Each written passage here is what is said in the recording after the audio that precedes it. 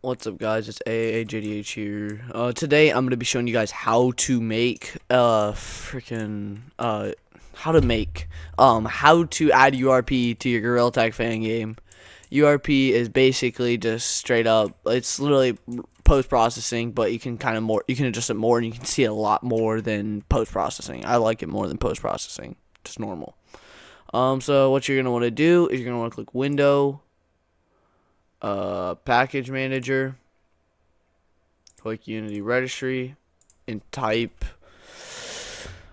what the frick? Type in Universal RP and click Install. Alright, and then once your URP installs, basically, you just want to click Scene, okay? And then you want to this is going to be here, do not delete this, just right click, Create, click this little arrow down here, Rendering, URP asset with Universal Renderer, and type in just URP. Now there's going to be 3 of these. Don't delete any of them. What you're going to do is you're going to click Edit, Project Settings, and then what you're going to do is you're going to go into your graphics. Right here it says None, Render Pipeline Asset. Click the dot and double click URP, and it's going to say this pipeline is going to take a significant amount of time. Depends on your computer. Just click Continue. And once it does it, you're going to go back to your scene. You're going to be like, oh gosh, what happened? All you have to do is, it's pretty simple. Go into the materials. Like, see these pink materials? Just click them, hold control, and just click all of them.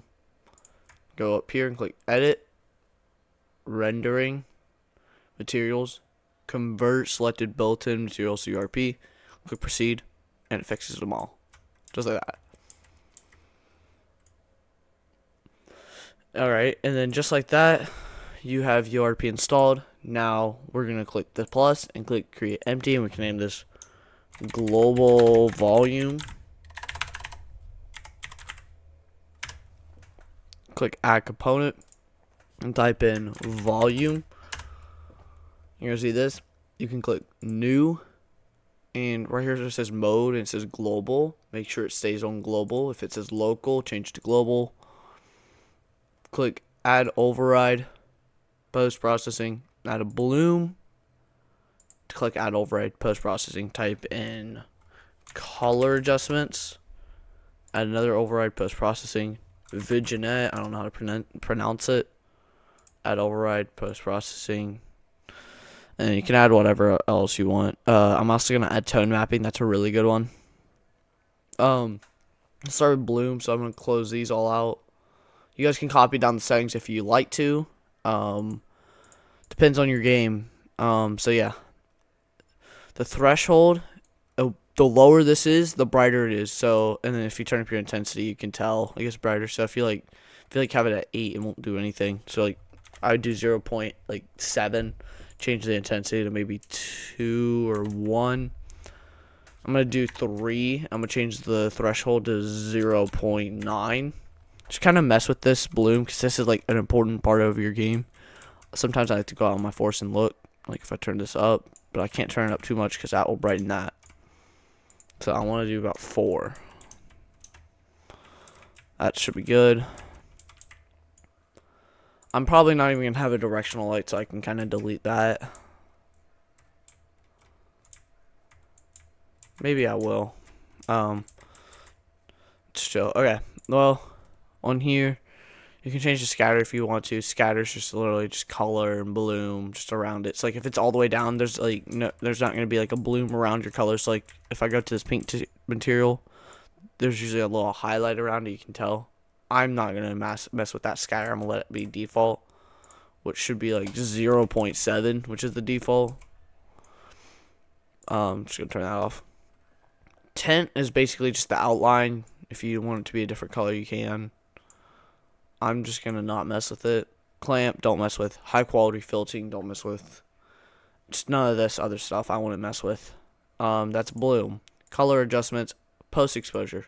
The lower this is, the darker your game is. The higher it is, the brighter your game is. So your game could look good if it's literally, like, you could turn this up maybe to Let's do 1.8. Yeah, that looks good. Now here it's too bright. That's okay. We're going to fix that in a minute. Contrast. The higher your contrast is, the more like realism, or how should I say it? Not more realism. Just like more, just like cool it is. I would say. I'm going to change this to 50. Looks pretty cool. There's a difference you can tell. And here, we'll fix that material in just a second. Vignette. This basically, it's like, if you're a horror game, this is incredibly good for it, but if not, it's still chill, you can have it. Intensity, smoothness, and rounded is all you really want. Intensity, just turn that, I would like to turn the smoothness all the way up, and then use the intensity. Make like a little foggy effect around. I like to turn on rounded. Have a little nice, it's a lot easier if you see out, you can see out here. Just like that, I kind of like that. I'll open up every single one so you can see, and then on tone mapping, change this to aces. This makes it look really realistic. Now this is a little too, I think a little too realistic, so I'm going to turn down my contrast a bit to maybe 35, 30. That should be good. And here's my settings for it. If you are going to use these, please give creds. You can use, like, if you're going to use the exact settings, then, I mean, give creds at least somewhere. Because usually no one's going to ever have the same exact settings as you. Just say, like, got it from AAA JDH or something. I'd appreciate it. And, yeah. Now, if you ever have, like, a material so bright like this, you want to go into your materials, find that material, and just turn down the smoothness and turn up some of the metallic map. Like, I'm just turn this up all the way. Because if I turn up the smoothness, it's going to get too, like, well, it's just not going to look good. So just turn up the metallic map. And yeah, that's how you, like, it's basically how you make URP. Like, subscribe, and I'll see you next time.